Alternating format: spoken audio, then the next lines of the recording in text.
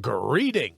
It's time for Insanity's Antidote, the lightning rod for human lunacy. I certainly love that one. Your booster shot for the head games of the intellectually challenged. Your personal freedoms line in the sand. It's Brian. I'm in, and very glad you joined us for today's ride. So let's get ready to mortal up. Thank you so very much. And as we get ready to mortal up, it is episode 474. I got a frog in my throat this morning. Good morning and welcome to the Brian Brawdy Show, bright and early, 6 a.m. Eastern. Thank you so very much for hanging out with us, for mixing it up with us here. Let's see, we've been called the cognitive bodyguard. I like that one. The human mind's Mandalorian, which, how can you not talk about that all day long, right? That guy's been doing his sit-ups. Well, I could certainly, look, with all the head scars I have left over from everything that I've gone through in life, I could certainly use a helmet like that, right? If you've heard me say it all, I've got more head scars than most Vikings. So that would be a cool thing if I could get what is it called? Mandalorian helmet. That would be pretty cool. All right. Welcome to episode 474. Thank you so very much for getting up nice and early and joining us. And I wanted you to know, especially, right? You get up, you get a cup of coffee, you get dressed. You don't want to act like you're under house arrest. You don't want to act like you're under lockdown, right? If anything, you'd be lying around in your pajamas all day long. So you get up, you do your best to try to, act like you've got some place to go. It reminds me of George Thorogood's song, With No Particular Place to Go. Ba-bum, ba-bum, ba-bum, ba-bum. But I'll spare you the singing. So, and I can't even play the music because I don't think we're allowed to play music here. So in any event, no particular place to go, but you still like to get up, get out, get yourself situated as if you had somewhere to go. So I'm right there with you. Thank you again for joining us. All right. And today I wanted to jump into this because we got so many emails yesterday, and over on Twitter and Facebook and YouTube and LinkedIn, the numbers keep climbing. And look, it's nothing all that I'm not the greatest looking, right? There's a lot of other people a lot better looking than I am on the internet that you could watch or listen to. So our numbers keep joining. If you want to join us, you can head on over to mortalup.com. You can nominate your lowlife making headlines. You can nominate your mortal up person. All kinds of cool things going on. You'll see how we're mixing it up on Twitter, how we're mixing it up on Instagram, Facebook, all of that. Wherever you're catching us live now, you're probably seeing us on YouTube, Twitter, where else? YouTube, Twitter, Facebook. You know where you are. You don't need me to hear it. But by all means, head on over. We do what's called a blog and blurb every morning. You can get a little bit of something. I write them fresh every day. Write them and do the audio in case you want to listen while you're on the go. I know there's not a lot of giddy up and go anymore in our daily step, but just in case you do, head on over to mortalup.com. Now, a little bit of a programming note for tonight. For this morning, God, it's hard to break that habit. For this morning, we're still doing the 20-minute victories because, as you know, we don't want to be responsible for breaking the internet. And so that's what we're going to do. So our 20-minute victory tonight, and as I started to say, one of the reasons I think our numbers keep climbing is this whole concept of like personal responsibility, right? Where you say, hey, what is it that's really going on with everything going on in the world? How can you come out on top? So one of the things that we threw out on social media, I believe yesterday, one of the things we threw out on social media was this: seize the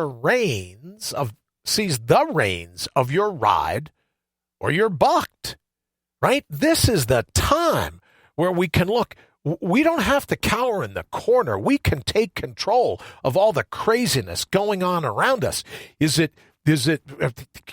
Are there people that are full of anxiety? Yes. Are there people that are worried? Yes. Are there people that are concerned? Yes. All those other things. I get it. But what if you could turn that anxiety into fuel for action? What would you do? And one of the things that I've started to realize, everyone's saying, 2.0, when it turns out it's going to do this, it's going to do that, all these different things are going to come down. But you know who gets to be the commander of that? You know who gets to be in charge? That's what I want to talk about today. You know who gets to write history? At the very least, a little historette, right? Where just a little bit of your history, you know who gets to write it? You do. So with all the craziness going around, all the uncertainty, I saw someone the other day say, this COVID is so bad. Wuhan virus is so bad. This whole coronavirus thing is just so bad because of all the uncertainty. Well, life itself is uncertain. So how can you dig the uncertainty of one thing, call it serendipity, synchronicity, chance, blind luck, whatever you want to call it. But then when it comes to this, you go, oh, no, I can't have that kind of uncertainty. Now, granted, this is a little more, maybe synchronicity is a little more death-defying, right? This is a little tougher to deal with, but it's still uncertainty. So instead of running around and giving the rest of humanity a bad name, why don't you and I buckle up? Why don't we decide to write our own history? And that whatever comes out of this shaker, whatever, right, you get it in, you get it all shook up, whatever comes out of that, you're going to be able to command. You're going to be on top of. And you're going to say, okay, great. Here's what I plan to do. This hand has been dealt me. Here's what I'm going to do to play that hand out. You and I don't fold our hands. When we talk about Mortal Up, it's just that. How about be your own leader? How about be your own historian? So let me ask you, as you start off your day, what's today? Tuesday, I think? You start off your day. What can you do now to start writing your history in the future? What can you do right now in this moment to make sure that whatever falls out, you're going to be on top of, right? Because that's the only thing that you and I can control. They say, oh no, we can control things in life. And I've begun to believe that we're afraid because our fairy tale of certainty has been popped. Our bubble of certainty has been popped by COVID-19. Right? We're so certain that everything's going to go the way we have planned. Nothing in life goes the way we have planned. Not really. You think about it. We could be done with this. I could decide, oh, I'm going to walk over and, get my exercise in. I'm going to head over to the store, get myself a can of Monster, or I'm going to do this or do that. I get hit by a car. 10-7. Brian's at 10-7 left over. Brian's out of here, out of service. Right? Could be walk in. I could get hit by a lightning bolt. Right? Get hit by a falling tree. Be attacked by a pack of wild dogs. Right? You don't know. That's the uncertainty. That's one of the things all these years I've loved about being in the wilderness, to be honest with you, is the uncertainty of it all. The marrow of my mind, the skill sets, the adventure. Now, I don't know if you know this, but the word adventure in the ancient Latin, or the original Latin, I guess is a better way to put it, the word adventure, aventura, means something about to happen. Expeditions we plan for. But adventures, they're very impromptu, where you never really know what's going to go down, right? Like when we used to be able to go to comedy clubs and there'd be improvisation, and you know how funny that is. Well, life is improvisation. So when people say, oh, well, he's just sowing uncertainty, everything about life is uncertain. But here's what we do know, that in order to come out on top, you need to seize the reins of your ride, or you're going to get bucked. There's no two ways around it. What are you doing now to make sure that however this thing plays out, you're going to be in charge? Because ultimately, I think we're in this position because we've grown up, you and I, maybe gotten a little soft. We've outsourced our courage, meaning if there's a bump in the night, we dial 911, call the police. If we need to put out, maybe, just maybe, you put a pile of leaves in your backyard and the fire got away from you. Who knows? It could happen. I don't know. A friend told me. So you pick up 911 and you call the fire department, or then you say, oh, well, great, I have an emergency here, emergency there. Have you and I outsourced our courage? Have you and I outsourced our personal responsibility, where we're always looking for someone else to ride in and save us? Have we done that? Maybe so. And if it has, what a great time to be able to recall that courage, to be able to recall that bravery, because it's yours. Maybe a better way is saying, can you reawaken that courage? Can you reawaken that bravery, the marrow of your mind, your buried logic, your authentic vigor? Those are all yours. You came built with those. But maybe we've gotten a little bit lazy, right? Maybe we've kind of let some things slide and we've abdicated our responsibility to a host of other people. We've abdicated, if I get hungry, I'll order Domino's, right? A pizza, let's just say. Oh, they deliver. Oh, even nicer. Great. Little Caesar. Pizza, right? We get hungry. We've surrendered that responsibility to the supermarket or a fast food, or what's Uber for Eats? Uber for Eats. I don't know. There's got to be a name for it, but you know what I'm saying. So we've outsourced that. Or we go, oh, great, well, we've outsourced security. We've outsourced, we all have insurance. What do we have insurance for? Well, if the vagaries of life, right? Billy Shakespeare's slings and arrows, if we get shot, we need someone to make it all right. And maybe that's what everyone is so crazed, is that we've forfeited our responsibility to seize the reins of our ride, the ride of life. And if you don't seize them, we get bucked. And then we're all running around going, can you believe this one? Can you believe that one? There's so much mashugana going crazy in the world today. This political party wants to go after this one. This political party wants to go after the other one. And I think, why? Well, because everyone's grown quite accustomed. The normal life, not natural. You know, if you've been following me all this time, then you know that I clearly differentiate in my mind between normal and natural. What you and I have grown up with is normal. That doesn't mean it's natural. What if the only person in a time of trouble, the only person we can count on is the person we see in the mirror? Well, what if that takes a little bit of practice? You go, Bri, I'm way out of practice. I get you. People say, oh, well, here's how you do the perfect pull-up, right? You get right up here and you go, and I go, well, great, but I couldn't get up tomorrow morning and do 50 of them, right? You got to progressively adapt yourself in the gym. Well, what if it's philosophically as well? You have to progressively adapt yourself to this thought, that they're your reins. This life, this ride is yours. And if you don't seize those reins, you're going to get bucked. And all I'm simply suggesting is that this is the time now for you and I to decide, no, you know what? I am going to write my own history.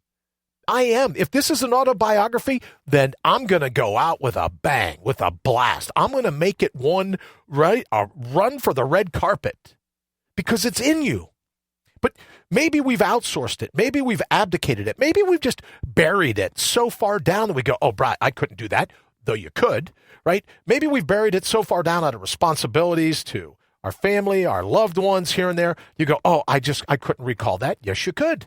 Which is why I think I always am picking fights with the motivation industrial complex, you know, and the self-help industry tactics. Wait for the acronym. It'll smack you. Right? Like ringing a doorbell and there's a bag of dog self-help industry tactics. Someone lit on fire in a brown paper bag and then ran, right? Same self-help industry tactics, right? The higher consciousness cartel. And all I'd ask for you is, how about a lower consciousness? How about thinking back to the time where you were a badass, guy or girl? Thinking back to the time where you commanded your immediate environment. And I think that's the case.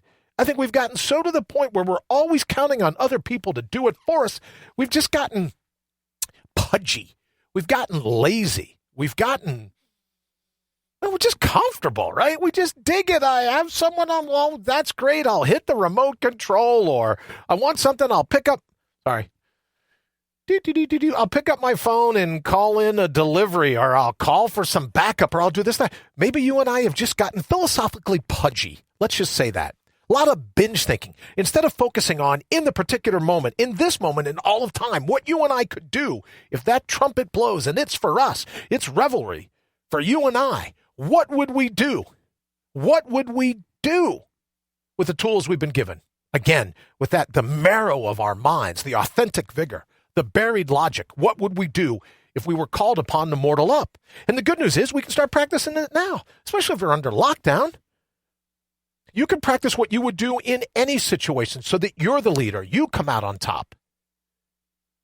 All these people pointing fingers is because I think they've just got comfortable. They suspect they're always going to have someone there to do it for them. But let's not be a traitor. Let's not be Let's not be a traitor to who you and I really are. Let's stop turning a blind eye and a deaf ear, turning our backs on our own backbone. And remember that we're all over seizing the reins of our ride. We're all over doing whatever we have to do to command fate, reminding fate that it doesn't scare us. We're the one that decides ultimately how this is going to play out. And then, my friends, I promise no matter what happens in the future, you and I are going to have a different outlook. You and I are going to be able to look at it and go, yeah, you know what? That's not the best hand in the world, but at least I'm still here to have been dealt a hand. So here's how I'm going to prepare my flush. Here's how I'm going to prepare to run the table. And we do it when we remember ultimately who we are. So you watch certain media outlets, you watch all the political pundits, you watch everyone on social media. They're just scared. They're scared because they're riddled with amnesia. They don't know what it would take. They don't believe in their own ability to survive come what may. So what do? Use all that energy to scream and complain and bitch and moan and carry on and further outsource their courage, further outsmart their own buried logic. And I think that's what makes them scared. But you and I, we don't have to buy into that. We can remember who we ultimately are and that we are capable of pulling off anything. And you might think to yourself, well, I couldn't pull off this. Well, let's just talk about that. Couldn't pull off that. Well, let's kick it around. I bet you could. You may not know how to right now, but if you picture in your mind, I used to love that old commercial from Ella Fitzgerald. Is it live or is it Memorex? You've ever seen that? Is it live or is it Memorex? Ella would sing into a microphone, right? Not unlike this. Sing into a microphone, and then they would record it, and they'd put this really nice glass right up there, and then you don't know if it's her singing or it's a tape. Is it live or is it Memorex? If they play the Memorex tape, and her voice shattered the glass. Well, that's what I've always liked about that commercial, is that your mind doesn't know if what you're doing right now in this moment is real or imagined. So instead of binge thinking, honest to goodness, I saw a squirrel today. Someone else put it up on the internet. We just talked about that. I saw a squirrel running around with a bag of nuts on its shoulder, water skiing with one hand. All right, so there you go. Get that out of my system. But binge thinking, instead of getting our mind to binge think and think about all the negative, what if we were to use our mind? Is it live or is it Memorex? Just picture yourself doing these things that you may be called upon in the future to do. You'll notice your pulse will race a little bit. Your breath will quicken. You remember, you go back to your breath, draw in a nice deep breath. Let fate know you're not going to be a victim. Fate should have targeted somebody else. And you start to make that picture in your mind about it, what exactly you would do if you were confronted by that challenge. And every time you make that picture, instead of running and hiding, instead of getting all scared, instead of screaming at some government official, some other, the big dad or big mom or big whoever, some other nanny to protect you from it, what if you just said, okay, hold on, I'll take a deep breath, remember who I am, and I'll start walking through so that when this tape, if it ever comes true, right, if I'm ever confronted by that, then it'll be my voice, like Ella Fitzgerald. Woo! There goes the glass. And if we do it that way, if we don't let our mind be hijacked by binge thinking, which is a guarantee that we'll be thinking something that only scares us, we make that vision in our minds, we picture it as if it's happening in the moment, and we know our heart's going to race. We know our breath's going to get shallow. All good. That's just your body going, what do you want us to do with all this extra energy? And you go, I get an idea. Why don't we imagine just for this moment in time that we're confronting that challenge? We're not running from it. We're not tucking our tail. We're squaring our shoulders. And when that happens, your body, I promise you, comes to life. So that when you decide to take the reins, when you decide to seize those very reins, you don't have to worry about getting bucked. You'll never have to worry about getting bucked because you'll be calling the shots. Now, that doesn't mean we get to control everything, but what we can always control is our response to whatever's thrown at us.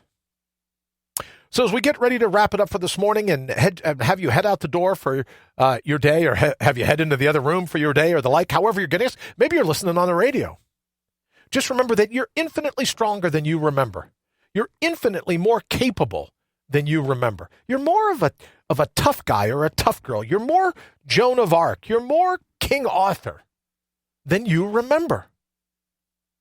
But if you give yourself an opportunity now to meditate on whatever the worst case scenario is, and before your brain gets hijacked, you go, no, I'm running. I'm the director. I'm the Steven Spielberg of this little flick. I'm going to take control. Alexander Haig. When President Reagan was shot, the vice president was in the air. Alexander Haig goes up to the podium at the White House and goes, I'm in control until the vice president's plane lands. Right? You do that. Pull an Alexander Haig and go, I'm in control. I'll do this. Thanks for the chemicals. Appreciate it. But here's what we're going to do. And then you'll progressively adapt. Just like I said before about doing the pull-ups. You'll get to the point where you go, hey, I can do my own pull-up. And then tomorrow you do 2, and then maybe 3, and then 5, and 10, and 15, and 20, whatever it is. But I promise you that if you test yourself mentally, you test yourself philosophically, it will stop being as scary as you absolutely believe it is. And that's what it means to mortal up. To see what it is in this particular moment in all of time that's confronted you. How are you going to bring the counterpunch? All right, I'm going to try to keep it as close as I can to the 20 minutes, as I said. So thank you so very much for joining us until tomorrow morning. Don't forget, reach out on mortalup.com. Stay connected. Let us know how we can help. Let us know what we can do. All kinds of people sending us emails, over tweets on Twitter, direct messages in here on Facebook. Even if I don't get to respond right away, I thank you so much for that. Please continue to stop on by and let us know if there's anything we can do to help. But we will always be here as the human mind's Mandalorian to simply remind you that you're a lot tougher than you remember. Till tomorrow, have an absolutely fantastic day. Go out there, look up, stand up, bring your own bold and mortal up.